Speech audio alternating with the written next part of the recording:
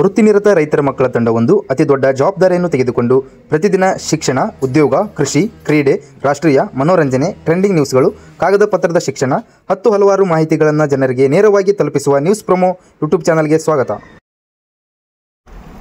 ರೈತ ಬಾಂಧವರೆಲ್ಲರೂ ಬೇಸಿಗೆಗೆ ಬೇಸತ್ತು ಮಳೆಯ ಆಗಮನಕ್ಕೆ ಕಾದು ಕುಳಿತಿದ್ದಾರೆ. ಎಷ್ಟೋ ರೈತರ ಕನಸು ಇವತ್ತು ಮಳೆ ಬೇಕೆಂಬುದು.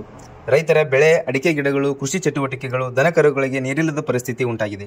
ಗ್ರಾಮೀಣ ಕೆರೆಕಟ್ಟೆಗಳು, ನದಿಗಳು ಬತ್ತಿ ಹೋಗಿದೆ. ನೀರಿನ ಹಾಹಾಕಾರ ಶುರುವಾಗಿದೆ. ದಿನೇ ದಿನೇ ತಾಪಮಾನ ಏರಿಕೆಯಾಗಿ ನೀರಿನ ಸಮಸ್ಯೆ ಉಂಟಾಗಿದೆ.